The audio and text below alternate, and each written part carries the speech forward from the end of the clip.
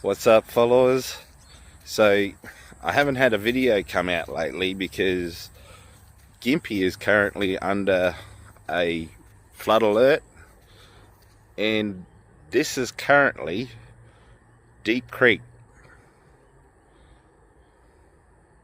Also, this isn't exactly a bad thing. It tells us how high gold movement can be, especially if you're on a creek or a river that is like this quite often. So your gold movement's going to be a lot higher than what you think. I'm the gold miner Joel. Thanks for watching. Have a good day.